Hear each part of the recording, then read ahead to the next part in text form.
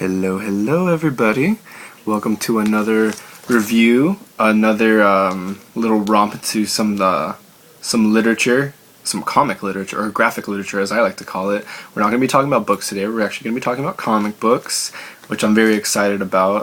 A certain special event that actually occurred a few years back, something that a lot of people don't think exists out there. A lot of people, fanboys, fangirls alike, talk about the whole, what if Marvel and DC ever did an event together? What if those two worlds ever collided? Well, newsflash, people, it actually already has happened. Yeah, much to my surprise, I only knew about this a couple years back, when I discovered it. But yeah, there's actually an event, the JLA Avengers crossover, which is comprised of 4 issues. It's a 4-issue story. Each of them is about half a trade paperback reading length. So if you put it all together, there's 4 issues, so it's about 2 trade paperbacks put together. So yeah, I mean, it's a pretty extensive story. Yeah, everyone, shocked. Like, these characters have actually met before. Like, they've actually clashed and, gone through many challenges together. Like I said, it is a miniseries. It wasn't an ongoing run. I think that would have been too much star power for any comic book franchise to take. I think they would have destroyed each other, which is very prevalent considering that the plot is about the two worlds merging and potentially destroying each other. So let's get into it. So before we start the review, that's just your little brief synopsis, when worlds collide, essentially. But yeah, just before we start this review, spoiler alert. Did you get it? You get it? Okay. So if you're not gone by this point, which I wish you would stay with us, so you can kind of join in, feel free to comment and discuss. But yeah, let's get down to it. So the JLA Avengers, here's the second issue really quick, third issue, fourth issue. I love this little very efficient bag and boarding here. This is borrowed from my friend. But yeah, so the JLA Avenger crossover essentially is a story about how these two cosmic entities, one from each of the respective universes, DC and Marvel, they come together and essentially go through a competition to see which of these universes would survive, which of them would succeed if they were assigned the same mission, which is essentially collect these powerful items, 5 from each of these worlds, and whoever comes on top is the victor.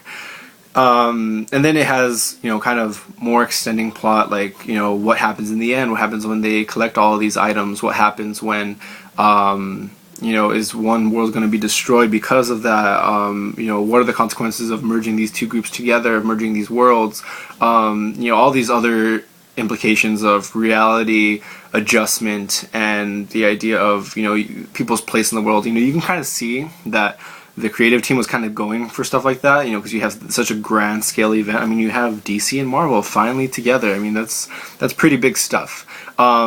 First of all, the writer, Kurt Busiek, is one of my favorite writers. I really enjoy his Astro City work. Astro City is one of the comic books that I still read today. I have most of the trade paperbacks from the previous Astro City runs, and I'm reading the current run right now, and he's just an excellent writer. Perez is drawing this book, which is pretty good. It kind of has a good middle ground for these characters, because a lot of people feel that art, or should I say certain artists, are more oriented towards one franchise, towards drawing certain characters, and then they kind of falter when drawing others. I think Perez does a good job at being able to render each of these characters, whether they're Marvel or DC. So I mean, you have a fairly well-drawn Captain America and a well-drawn Batman. And on the subject of these two, let's go into the characters, the character interactions. I guess Batman and Captain America are like 2 of the major ones, at least for me as a fan, because Batman is one of my favorite characters, Captain America is one of my favorite characters in comic books. So when I see these two clashing, this book is everything that fanboys would kind of want to happen. You have those showdowns, those initial showdowns between very pivotal characters in their respective franchises. So Cap and Batman, they go at it, but then they're like kind of the more reasonable of each of their groups. Like Batman kind of sees that Captain America is definitely his equal in a fight, and it's very possible that he can beat him. And Captain America sees like, oh, this is like a really like well-trained guy. He's very formidable. Like, I need to be really careful with him. And then they kind of realize like, what? Let's not fight.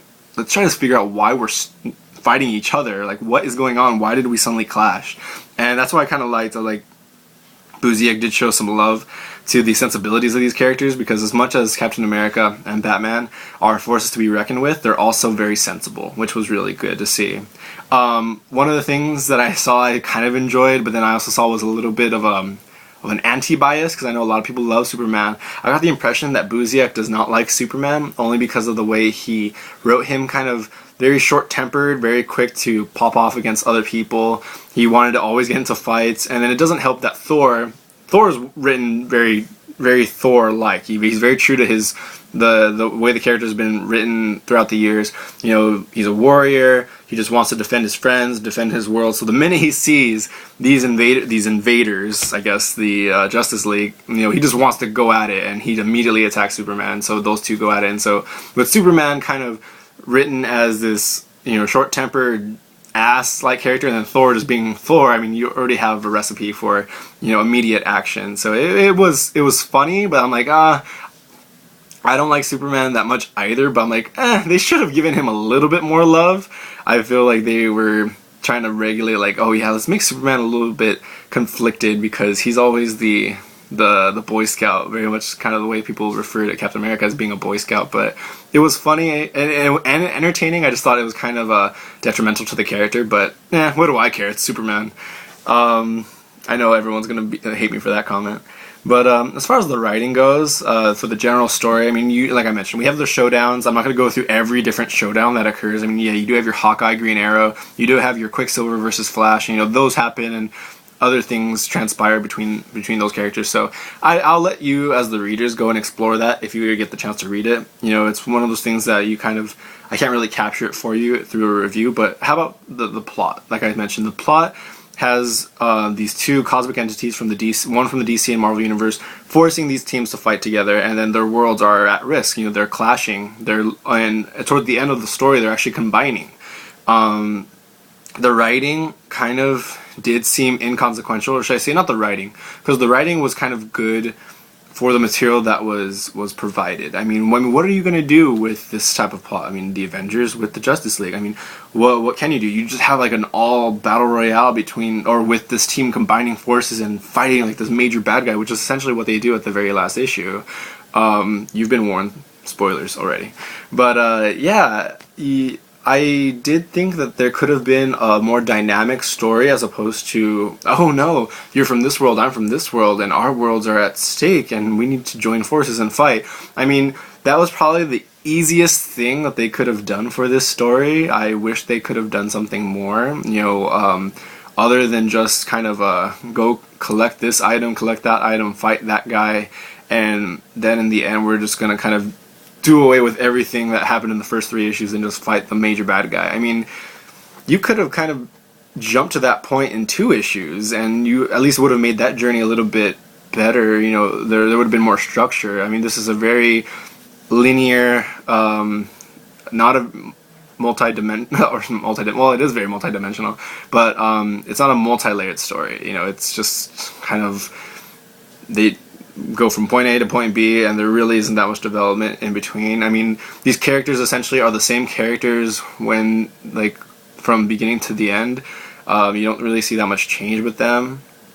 And then also, I don't think you really consider this to be very canon as well, because these characters actually understand, like, they realize that they've interacted with this other world, and then there's no real mention of this later in either of these canons, in the Marvel canon or DC canon.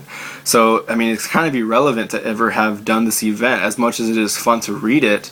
It's just, in the end, you actually do have this feeling of, well, why do I care? I mean, and which is very underwhelming, considering that you have this cast of characters, you have this grand story, and these teams that finally get to meet, and in the end, you're just slightly disappointed, which was kind of sad, as a reading experience, because you want more, from these great characters. But you know what? I think it's just one of those things that you can only do so much with this. I mean, without kind of preparing, kind of lining up to write this type of story.